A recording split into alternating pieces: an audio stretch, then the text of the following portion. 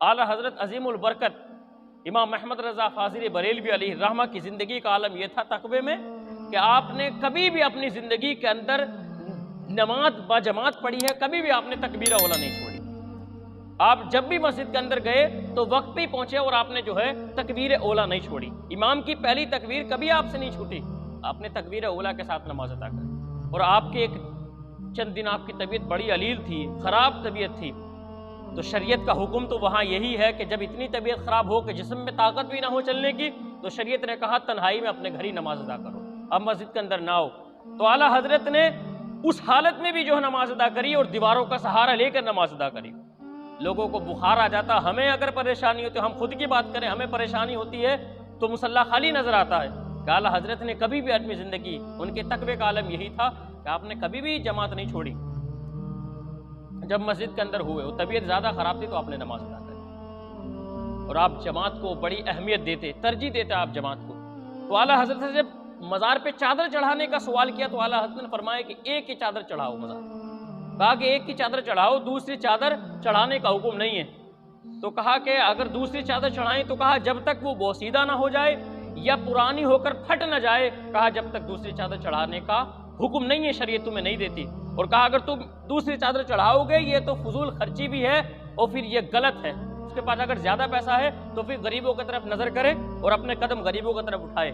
کہ یہ چادریں مزار پہ جو ہم نے چڑھائی ہیں، ابھی 10 منٹ یا 20 منٹ کے بعد یہ چادر اسی دکان پہ واپس ہو جائیں گی اور اس کی قیمت لے لی جائے گی۔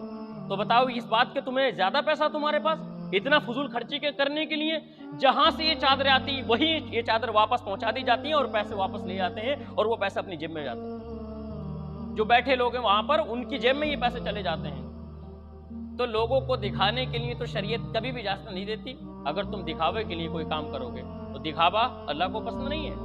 یار ہمیں معلوم ہے کہ ہمارے یہاں کچھ لوگ ایسے بھی ہیں، اور حقیقت ہے یہ بات، آپ اگر سفر کریں گے تو آپ کو معلوم ہوگا مسلمان بیٹیاں اسٹیشنوں پہ کیسے بھیک مانگتی ہیں، مسلمان بچے اسٹیشنوں پہ کیسے بھیک مانگتے ہیں، ایک ایک روپے کے لیے بھی ترستے ہیں۔ اور کچھ لوگوں کے پاس سفر میں ایسا وقت ہو جاتا تو ان کے پاس اتنے پیسے نہیں ہوتے وہ اپنے گھر واپس ہو جائیں، تو ان کی مدد کا بھی خیال رکھا کرو۔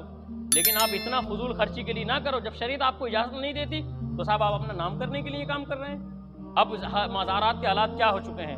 میں مختوم اشرف علی الرحمہ کے جب مزار میں داخل ہوا تو جب میں داخل ہوا تو اس شخص نے کہا آپ پیچھے ہٹ جاؤ، مجھ سے خود کہا پیچھے ہٹ جاؤ، جو وہاں شخص رہنے والا تھا، اور خدا کی قسم اس کے چہرے پر مکمل داڑھی بھی نہیں تھی۔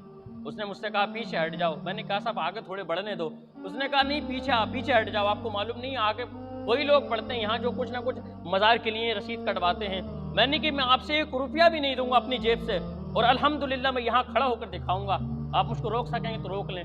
تو اتنی بات سن کر تھوڑا پیچھے ہٹ گیا، اور میں الحمدللہ بالکل جرت کے ساتھ اور ہمت کے ساتھ میں نے مخدوم اشرف علی الرحمہ کے مزار کے آگے بڑھ کے میں نے دعائیں کی اور رب سے وہاں دعائیں مانگی، اور پھر میں نے یہ بھی دعائیں کی مولا ان جیسے لوگوں کو تو ہدایت عطا فرما۔ آج تو ان جگہیں جہاں پر لوگ سلامی پیش کرنے کے لیے جاتے ہیں وہاں بھی آپ کو ٹکٹ لینا پڑے گا۔ مسلمانوں کے حالات یہ ہو گئے، تم اگر کسی ولی سے ملنے بھی جاؤ گے تو تمہیں ٹکٹ دینا ہوگا۔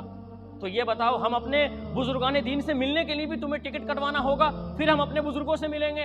تو قیامت کے دن یاد رکھنا، جن لوگوں کے مزارات پہ تم ٹکٹ لیتے ہو، لوگوں سے رسیدیں کٹواتے ہو، قیامت کے دنوں اپنا چہرہ ان کے سامنے کیسا کرو؟ تو مدد کی بات کرتے ہو، خدا کی قسم لعنتیں اترتی ہیں تم پہ، اور قیامت کے دن تمہاری بخشش کا کوئی بھی سامان نہیں ہوگا۔